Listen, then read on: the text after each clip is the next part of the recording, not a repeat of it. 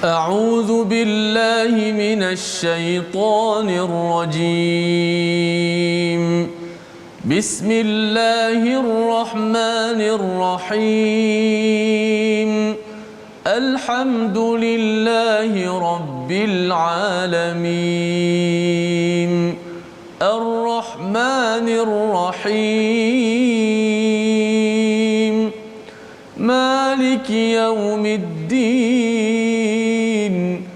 إياك نعبد وإياك نستعين. اهدنا الصراط المستقيم. صراط الذين أنعمت عليهم غير المغضوب عليهم ولا الضالين.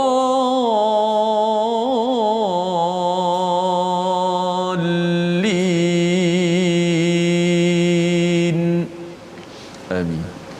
Assalamualaikum warahmatullahi wabarakatuh. Alhamdulillah wassalatu wassalamu ala Rasulillah wa ala alihi wa man wala syada la ilaha illallah syada Muhammadan abduhu wa rasuluh. Allahumma salli ala sayidina Muhammadin wa ala alihi wa sahbihi ajma'in. Amma ba'du. Apa khabar tuan-tuan dan puan yang dirahmati Allah sekalian? Kita bertemu dalam My Quran Time baca faham amal pada hari ini, pada hari Jumaat penuh barakah untuk kita selalu berselawat kepada Nabi junjungan sallallahu alaihi wasallam. Allahumma salli ala sayidina Muhammadin wa ala alihi wa sahbihi ajma'in.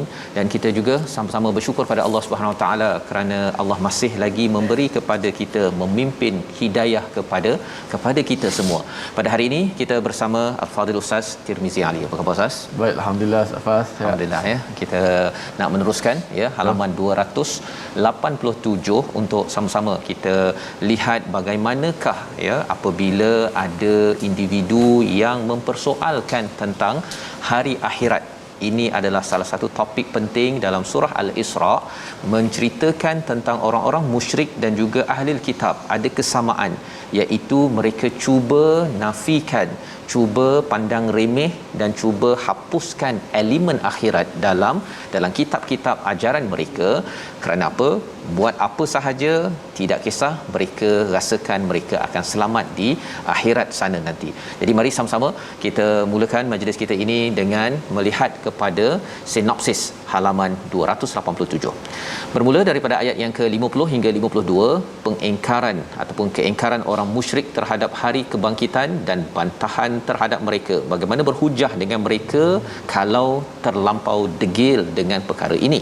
Dan kemudian pada ayat 53 hingga 55, berdebat dengan orang yang berbeza pendapat secara lembut dan dengan cara yang baik. Jangan kita sendiri naik angin. Kerana apa? Kerana itu akan memberi ruang kepada satu musuh yang sejak awal lagi sudah berazam, iaitu syaitan. Pada ayat 56 hingga 58, bantahan lain terhadap kesilapan ya berfikir orang-orang musyrik, bagaimana untuk berhujah agar ianya tidak menyelinap dalam fikiran dan juga kefahaman kita, insya-Allah. Jadi kita mulakan dengan doa ringkas kita. Subhanaka la ilma lana illa ma 'allamtana innaka antal alimul hakim. Rabbi zidni ilma. Ya Allah, Tuhanku, tambahkanlah ilmu untukku. Kita mulakan bacaan daripada ayat 50 hingga 54 bersama Ustaz Tirmizi. Baik, alhamdulillah. Terima kasih Fadil Ustaz Fazrul. Penonton sahabat-sahabat Al-Quran, alhamdulillah kita terus hari ini hidup kita dengan Al-Quran, masuk dalam muka surat yang ke-287. Mudah-mudahan kita sentiasa na'ish ma'al Quran, hidup dengan Al-Quran, dengan erti kata kita membaca Al-Quran, kita tadabbur Al-Quran dan kita cuba sedaya upaya untuk beramal dengan isi kandungan Al-Quran. Mudah-mudahan kita tidak dikategorikan sebagai orang-orang yang disebut sebagai mahjura, meninggalkan Al-Quran. Kerana Al-Quran ini sebuah nikmat, mukjizat yang ada di sisi kita pada hari ini. Ahsanal kutub, sebaik-baik kitab yang diturunkan oleh Allah Subhanahu Wa Taala. Alhamdulillah. Baik, sama-sama kita mulakan pengajian kita membaca daripada ayat 50 hingga 54. Jom sama-sama. A'udzu billahi minasy syaithanir rajim. Qul kunu hijaratan aw hadida أو خلقا مما يكبر في صدوركم فسيقولون من يعيدنا قل الذي فطركم أول مرة فسينغضون إليك رؤوسهم ويقولون متاه قل عسى أن يكون قريبا يوم يدعوكم فتستجيبون بحمده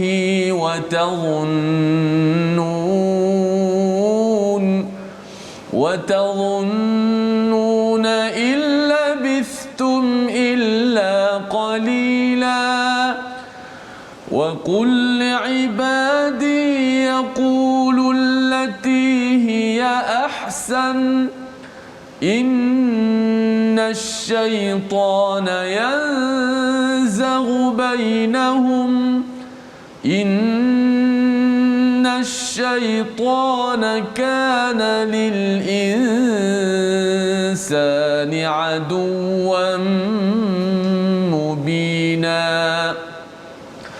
ربكم أعلم بكم إن يشأ يرحمكم أو إن يشأ يعذبكم وما أرسلناك عليهم وكيلا صدق الله العظيم. Surah Al-Azim, gitulah bacaan daripada ayat 50 hingga 54 ya, menyambung kepada apa yang kita belajar pada hari semalam. Apabila ada pertanyaan daripada orang-orang yang tidak beriman kepada hari akhirat, yang cuba menafikan elemen akhirat, kerana keimanan pada Allah ini adalah milik semua ya, hampir semua makhluk sedar bahawa lemah dan ada pencipta yang hebat daripada Allah Subhanahu Wa Taala. Tetapi keimanan pada Allah ini bukan sekadar untuk beriman pada Allah tanpa dibuktikan kepada keimanan pada hari akhirat. Keimanan pada Allah, keimanan pada hari akhirat, itulah yang akan menjadi asas untuk kita bergerak pada jalan yang lurus. Jadi bila mereka bertanya ya, dalam ayat yang ke-49 semalam, bila mereka menyatakan bahawa adakah kami ini daripada tulang belulang yang hancur akan dibangkitkan ya, mereka bertanya Ustaz ya tentang hari akhirat. Maka bila dah banyak sangat mereka dah didedahkan, degil juga, maka Allah mengajar kepada Nabi sallallahu alaihi wasallam, katakan pada mereka, qul kunu hijaratan aw hadida ya, jadilah kamu batu atau besi. Kalau kamu rasa macam dah tak boleh dah, okey, debu kata tak boleh dibangkitkan, jadi batu atau besi jelah. Kan, ini adalah satu jawapan yang diajarkan oleh Allah kepada orang yang degil, pada orang yang sudah pun dibuktikan ya, banyak kali dibuktikan, tengok kepada tanah kontang, tengok pada biji benih boleh tumbuh ya, tanah kontang tak ada apa-apa tumbuh pokok, yang manusia tak ada apa-apa boleh lahir. Kalau katakan sudah hancur ingin dikembalikan semula, itu adalah lebih mudah. Jadi kata pada orang begini hijaratan au hadida ya, dalam tafsir Hamka dinyatakan hijaratan ini batu kalau dipecahkan pun jadi batu marmar ke Ustaz ya, debu ke, boleh dibuat bangunan, ada manfaat. Ataupun hadida ini kalau katakan dipanaskan betul-betul, akhirnya boleh ditempa dan akhirnya menjadi sesuatu yang bermanfaat. Tetapi bagi manusia, kalau katakan dihancurkan, kalau tidak memberi manfaat di dunia ini, memang apa istilahnya, memang tak berguna langsunglah kamu ni kan. Kamu ni adalah orang yang mengambil ringan terhadap perkara yang kecil.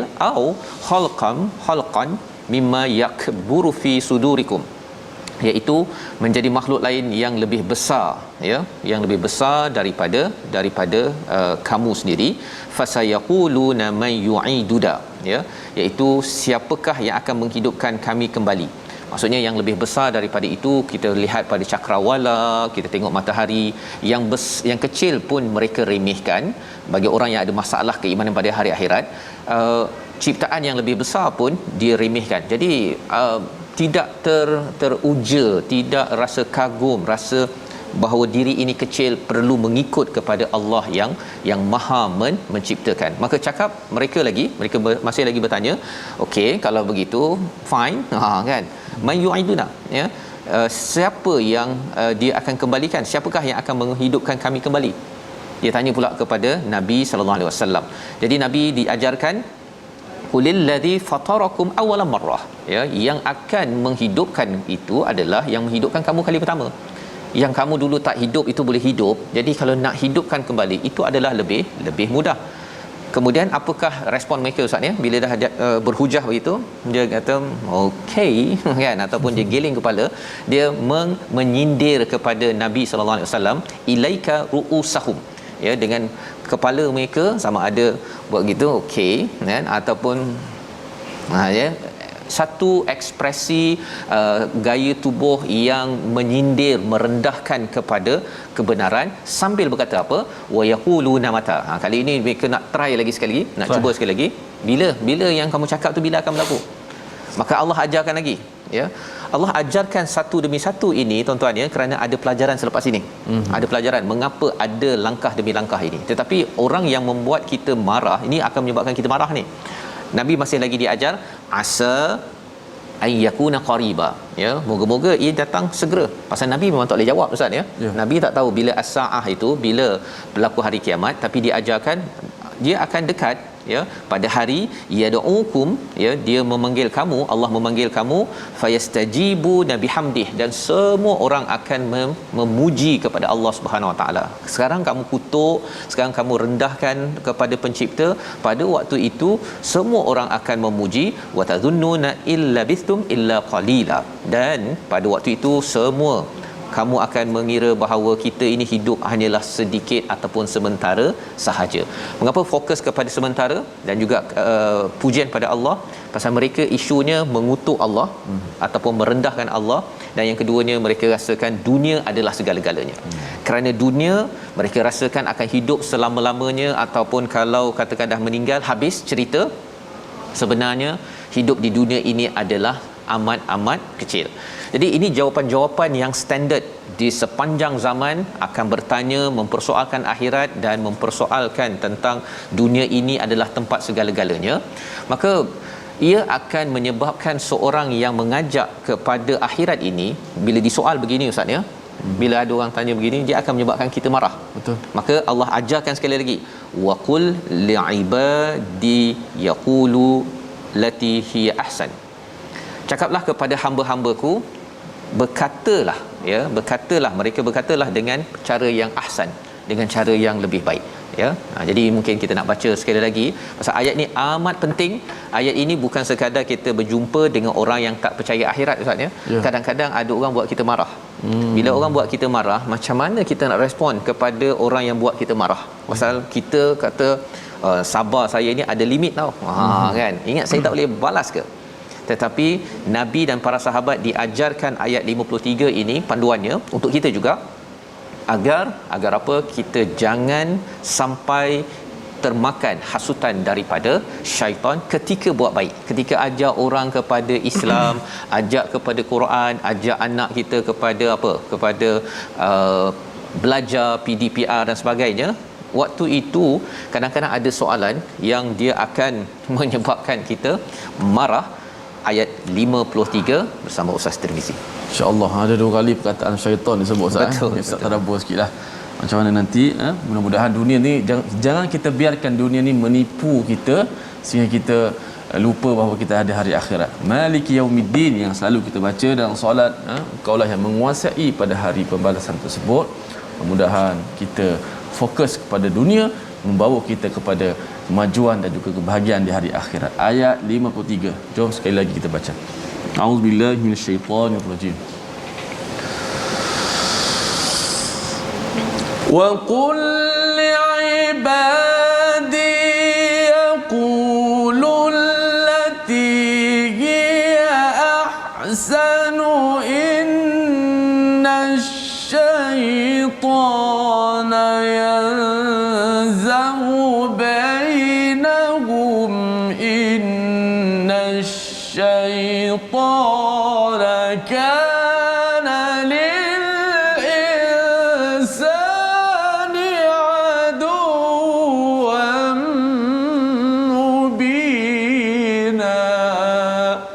Sadaqallah. Surah Al-Azim ayat 53, dan katakanlah kepada hamba-hambaku hendaklah mereka mengucapkan perkataan yang lebih baik, sesungguhnya syaitan itu menimbulkan perselisihan di antara mereka. Sesungguhnya syaitan adalah musuh yang nyata bagi manusia. Ini adalah nasihat yang amat besar, ya. Allah mengajarkan pada Nabi Muhammad, kepada para sahabat, kepada kita, li'ibadi, hamba-hamba yang aku sayangi, yaqulu allati hiya ahsan, berkatalah, ya, dengan perkataan yang ahsan, ustaz, ya, bukannya al-ahsan. Baik, Ustaz. Berbeza. Yeah. Kalau al-ahsan itu maksudnya perkataan terbaik, tetapi kalau ahsan ini perkataan yang lebih baik. Lebih baik daripada apa? Daripada apa yang menyebabkan menyebabkan kita marah. Perkataan-perkataan orang, kalau tadi itu sampai cakap bila hari kiamat, kan, ia akan menyebabkan dahlah degil, ya, dahlah ni, kalau katakan kita balas dengan cara yang yang qabih ataupun yang lebih teruk, akhirnya akan jadi kita akan marah lagi, kita akan kutuk lagi, kita mungkin sumpah dia ke, ataupun mencarut ke, ustaz, ya. Perkara itu bukanlah kaedah untuk kita membalas kepada sesuatu yang menyebabkan kita marah.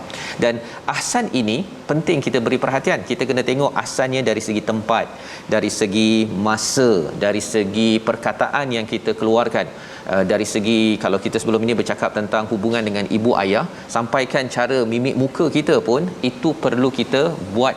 Kalau itu ihsan, ya, itu perlu kita jaga sebenar-benarnya. Maka apakah yang berlaku?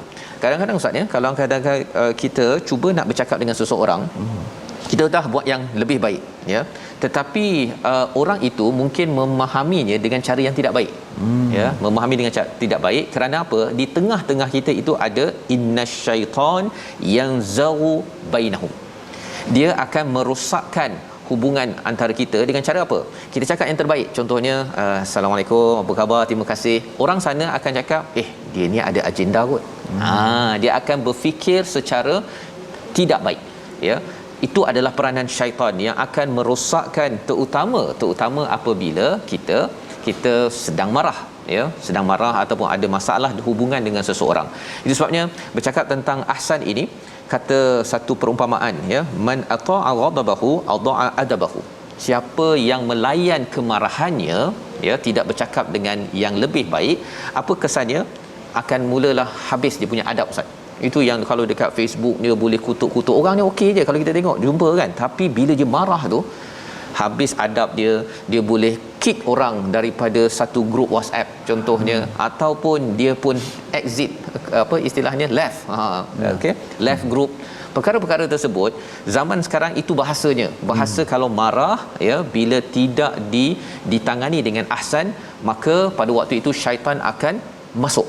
Dia akan merosakkan, istilahnya yang zaru bainahum, merosakkan hubungan. Orang tu baik je dalam satu grup WhatsApp, tetapi disebabkan ada sesuatu yang menyebabkan marah, mungkin orang tu type, Assalamualaikum, saya nak tanya sesuatu, contohnya, kan, ataupun saya nak bagi cadangan 1 2 3, tetapi itu ahsan tu.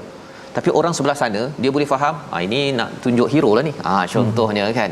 Pasal apa? Pasal ada pihak ketiga yang namanya adalah syaitan yang cuba untuk merosakkan hubungan sesuatu manusia.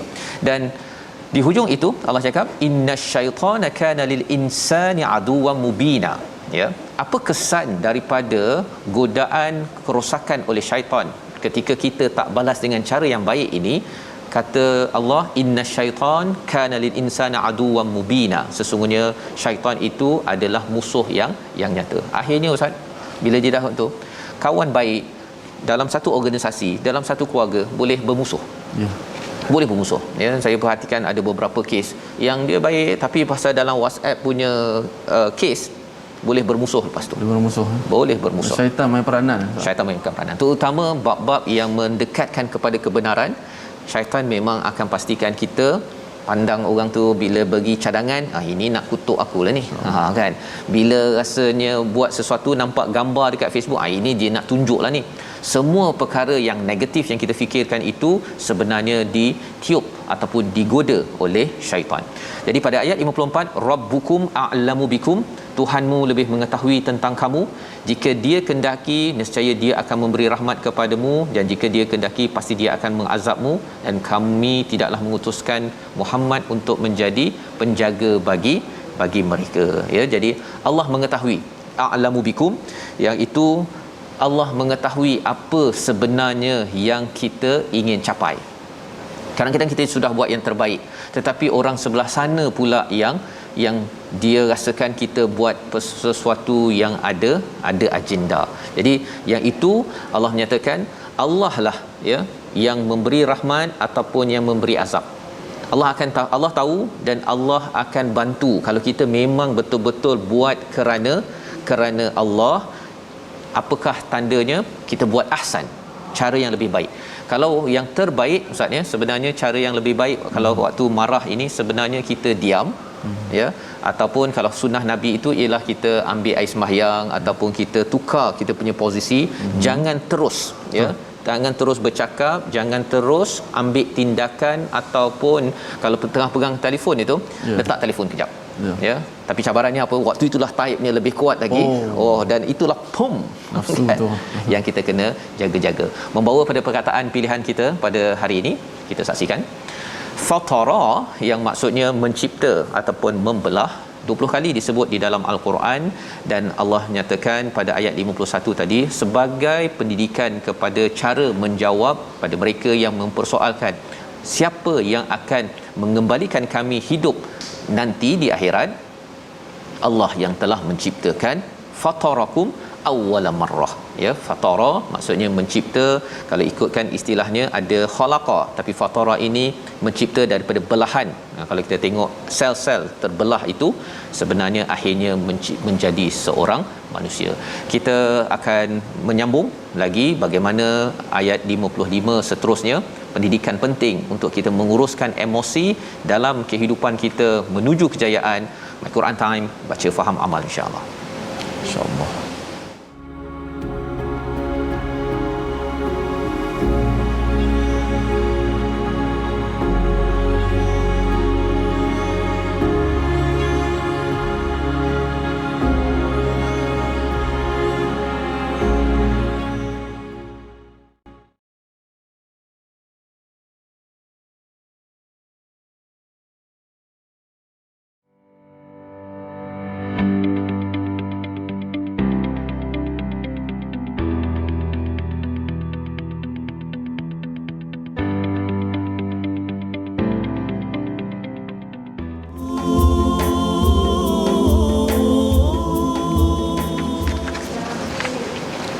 أعوذ بالله من الشيطان الرجيم. فإذا قرأت القرآن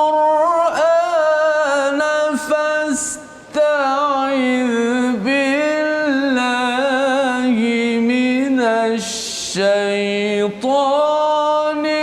الرجيم.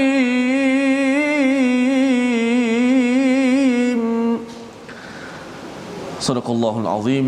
Oleh itu, apabila engkau hendak memula membaca Al-Quran, maka hendaklah engkau terlebih dahulu yakni memohon perlindungan kepada Allah daripada hasutan syaitan yang direjam. Muslimin muslimat sekalian, begitulah kita diperintahkan untuk membaca isti'azah, auzubillah, memohon perlindungan kepada Allah daripada syaitan ketika nak membaca Al-Quran.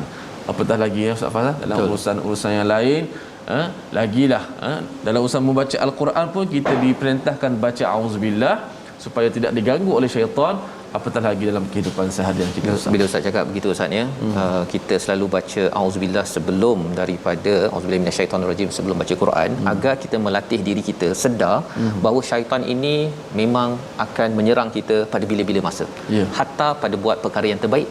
Ya, jadi kalau ketika ada orang buat kita marah, kalau kita dah baca Quran auzubillahi minasyaitonirrajim, bila ada orang buat kita marah, kita tahu syaitan akan ganggu saya, orang ini akan interpret tafsir dengan cara berbeza.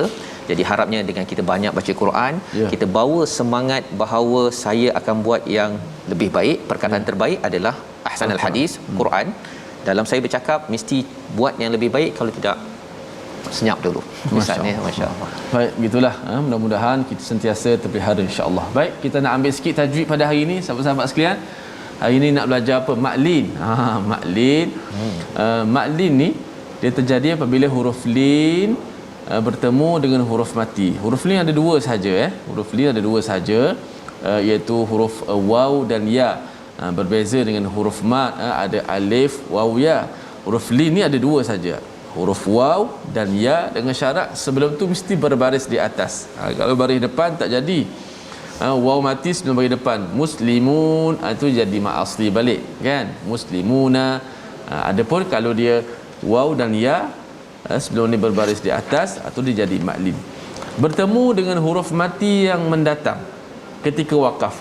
Dia nak wakaf. Hukumnya harus dibaca 2, 4 ataupun 6 harakat. Okey, kita lihat contoh senang. Tadi ada contoh dalam ayat 51 yang kita baca tadi. Fasayunghiduna ilaik. Boleh baca 4 harakat. Nak baca 2 Ustaz? Ilaik. Nak baca 6. Fasayunghiduna ilaik.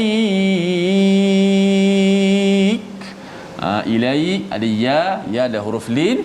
Okey, dan sebelum ni berbaris di atas, dia tak bunyi seperti ma asli a i u, dia ai au. Cara bunyi dia tu kan ilaik. Huruf ya tu. Kalau wakaf lah 2, 4, 6. Tapi kalau kita baca sambung macam kita baca di awal tadi, fasayunghiduna ilaika ru'usahum, maka tak boleh dibaca dengan mat lah, tak boleh panjang-panjang lah. Kemudian contoh kedua, wa amanahum min khauf. Ayat terakhir surah Quraisy, ayat lazim yang selalu kita baca. Khauf, waw mati sebelum dia berbaris di atas, maka boleh kita baca dengan 2, 4 ataupun 6. Baik, itu saja maklin. Wallahu a'lam. Baik, terima kasih ucapkan pada Ustaz Tirmizi berkongsi matlin, maksudnya mat lembut.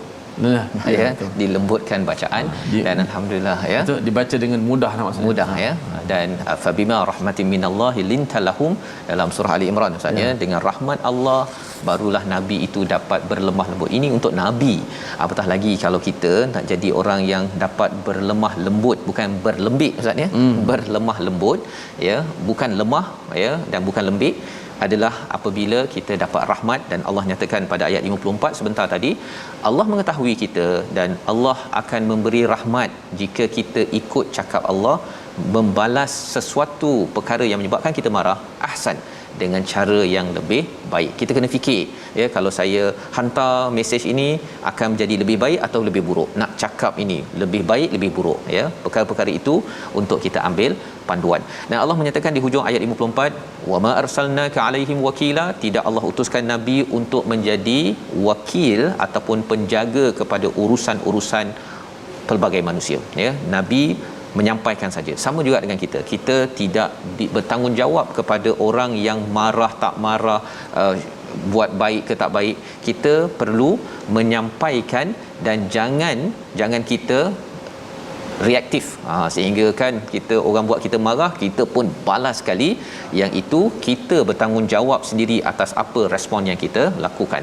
Dan kesan daripada perkara ini juga disambung pada ayat 55 hingga ayat 58 bagaimana permusuhan berlaku dalam sejarah. Kita baca ayat 55 hingga ayat 58. Baik, kita teruskan lagi tadabbur kita memahami ayat yang ke-55 hingga 58.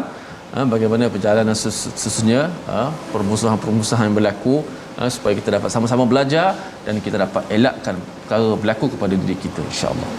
Baik. A'udzu billahi minasy syaithanir rajim.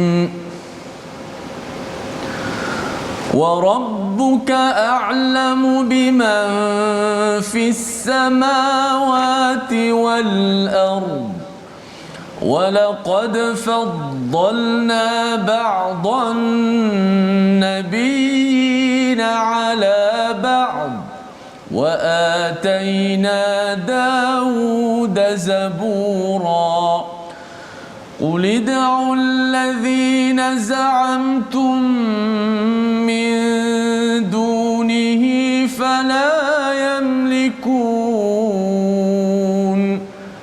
فلا يملكون كشف الضر عنكم ولا تحويلا أولئك الذين يدعون يبتغون إلى ربهم الوسيلة أولئك الذين يدعون يبتغون إلى ربهم الوسيلة يبتغون إلى ربهم الوسيلة أيهم أقرب ويرجون رحمته ويخافون عذابه إن عذاب ربك كان محذورا وإن من قرية إلا نحن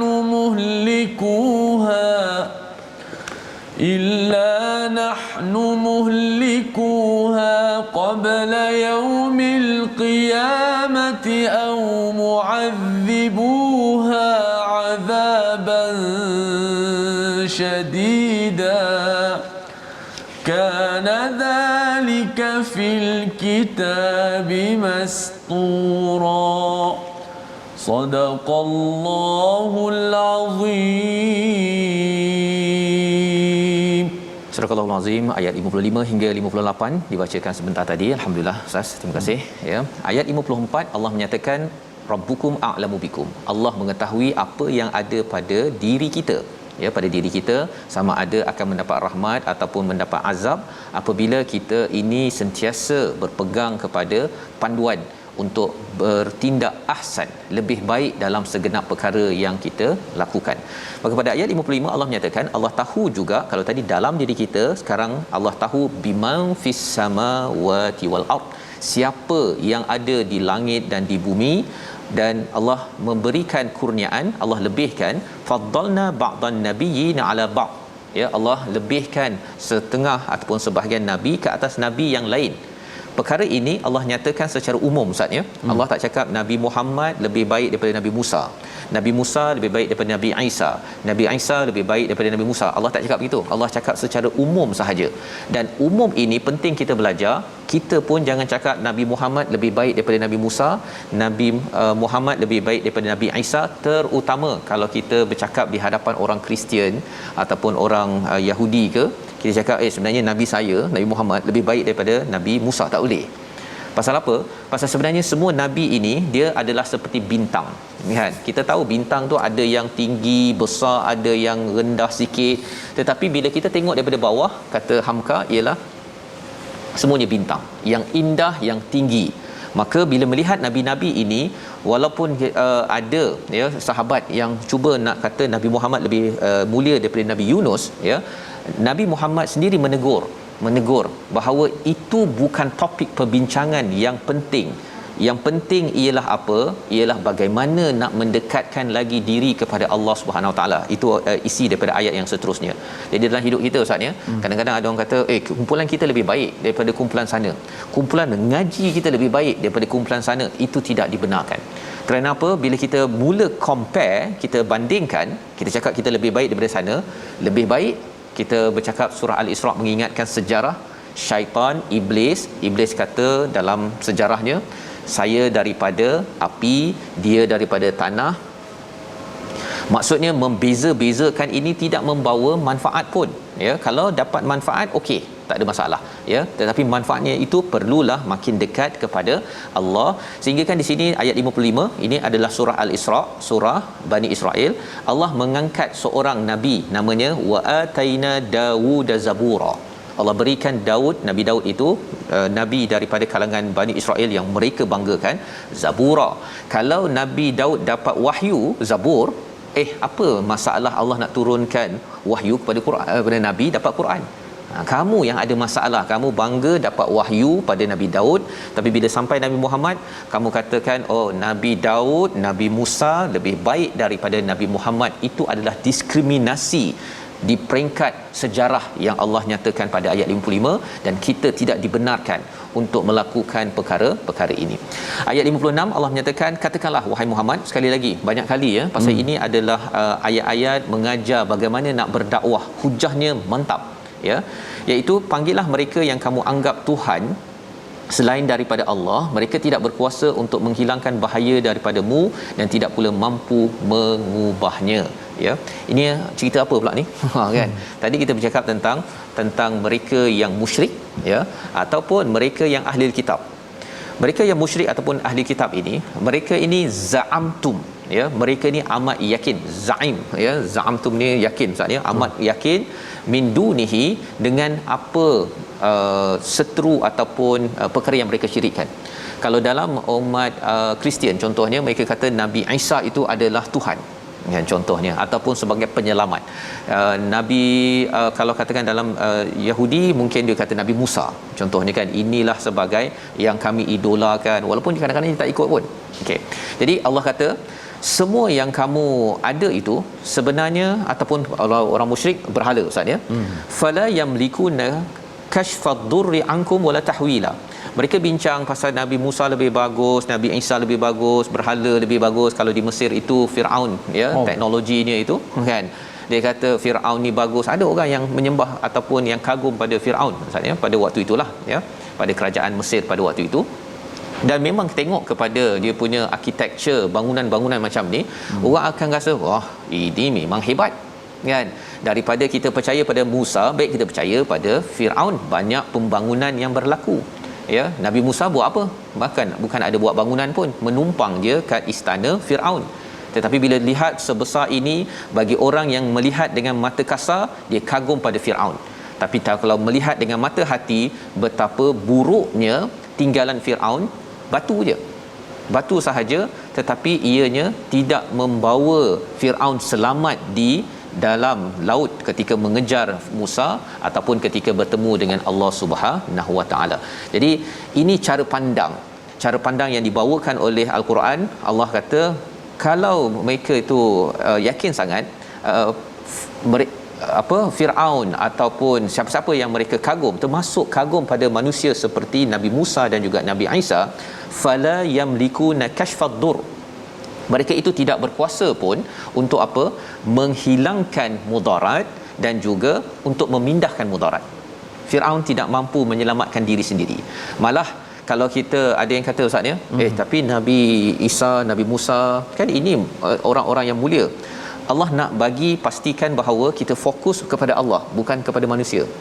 Nabi-nabi ini sebagai pembawa risalah ya, pembawa risalah. Tetap juga kata Allah pada ayat 57, ulaikal ladzina yad'una yabtaguna ila rabbihimul wasilah. Kita baca sekali lagi ayat 57 ini, kerana inilah cabaran bila banyak follower Ustaz. Ya, kalau banyak follower, influencer yang ada di internet ke sebagainya, berjaga-jaga. Dan follower lah yang perlu berjaga-jaga juga. Pasal apa? Pasal kadang-kadang kita ikut seseorang, kita rasa dialah idola, kita angkat dia, kita lindungi dia kalau ada orang kutuk. Rupa-rupanya orang itu, dia kata saya pun mencari redha Tuhan, saya tak perlu awak ikut-ikut saya. Pernah kita bincang sebelum ini dalam surah An-Nahl, tapi sekali lagi ayat 57 mengingatkan kita.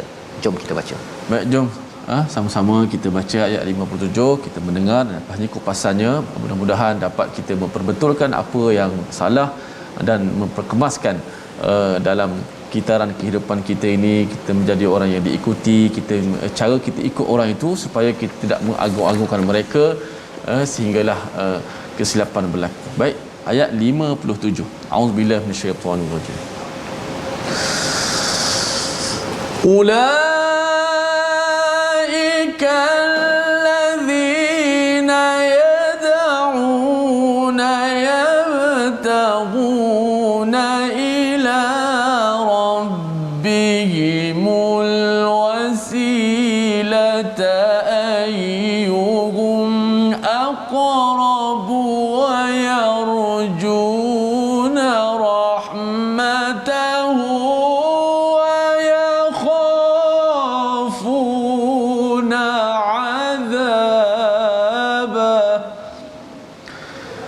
inna azab rabbika kana mahdzura. Sadaqallahu alazim. Orang-orang yang mereka seru itu mereka sendiri mencari jalan kepada Tuhan. Sesiapa di antara mereka yang lebih dekat kepada Allah, mereka mengharapkan rahmat-Nya dan takut akan azab-Nya. Sesungguhnya azab Tuhanmu adalah sesuatu yang mahdzura, yang perlu ditakuti. Jadi orang yang dikagumi tadi ustaz ya, sebenarnya orang yang dikagumi ni dia sendiri pun sedang mencari kepada keredaan Allah SWT. Ya. Yang kedua, mereka ini mengharapkan rahmat daripada Allah. Mereka ini takut kepada azabnya. Jadi bila ada follower, pengikut yang kagum kepada tokoh agama ke, tokoh selebriti ke apa sebagainya ustaz ya, sebenarnya mereka sendiri pun kata, saya pun nak mencari redha Allah. Ya, mengapa kamu follow saya, kamu angkat saya sampai kamu mendewa-dewakan saya? Ini perkara yang perlu kita faham. Pasal apa? Pasal pengikut Nabi Musa, dia mengagungkan sangat pada Nabi Musa, Nabi Ibrahim. Dia mengagungkan dia ustaz, tapi bukannya menghidupkan apa ajaran Nabi Musa. Ya, jadi kalau zaman sekarang ni dia ikut tokoh A contohnya, dia kagum A tu je. Dia berbangga sajalah. Banggalah saya follower, saya dah like dia kan. Tak ikut pun. Dia tak ikut, dia dah selfie contohnya kan. Jadi itu perkara yang menyebabkan Bani Israel hancur ya, ataupun kaum-kaum sebelum ini hancur pasal dia fokus kepada tokoh manusia, bukannya kembali balik kepada Allah Subhanahu Wa Taala. Maka ayat yang ke-58 itu Allah kata tentang sunnatullah, dan tidak ada sesebuah negeri pun yang penduduknya menderhaka ya, iaitu dia tidak fokus kepada Allah Subhanahu Wa Taala. Cabaran ini satu lagi ustaz ya. Dia benda ini boleh masuk kepada orang yang belajar agama juga. Di mana dia belajar satu kitab tapi dia tidak mahu pergi kepada Al-Quran. Kan? Dia tidak mahu pergi baca Quran, dia tak nak baca, dan dia tak nak tengok apa yang ada dalam Quran. Dia hanya nak berpegang kepada gurunya sahaja. Itu pun juga adalah satu ancaman yang berlaku sepanjang zaman. Dia baca tapi Quran tak apa, ini kita bagi pada tok syekh saja. Kita tak boleh baca Quran ni, siapa kita nak baca Quran? Pendapat begitu, akhirnya Allah kata kalau ia berlaku seperti Bani Israel, dia fokus kepada kita ni Yahudi, kita ada Nabi Musa, kita ada Nabi Ibrahim, kita sudah mulia. Maka kesannya apa? Allah kata wa im min qaryatin illa nahnu muhlikuha, Allah hancurkan qabla yaumil qiyamah, sebelum hari kiamat, ataupun Allah azab dengan azab yang sengsara, dan ini adalah sesuatu yang telah tertulis. Yang perlu kita ambil pelajaran, membawa pada resolusi kita pada hari ini, kita saksikan. Yang pertama ialah ucapkan perkataan baik dan jangan sokong syaitan yang menimbulkan kerosakan, pemusuhan sesama kita, terutama apabila kita berbuat kebaikan. Pertama. Yang kedua, kita fokus ibadah yang ikhlas kepada Allah dan jangan ada pengantara, malah jangan kita kagum pada tokoh agama sehingga ianya dituhankan.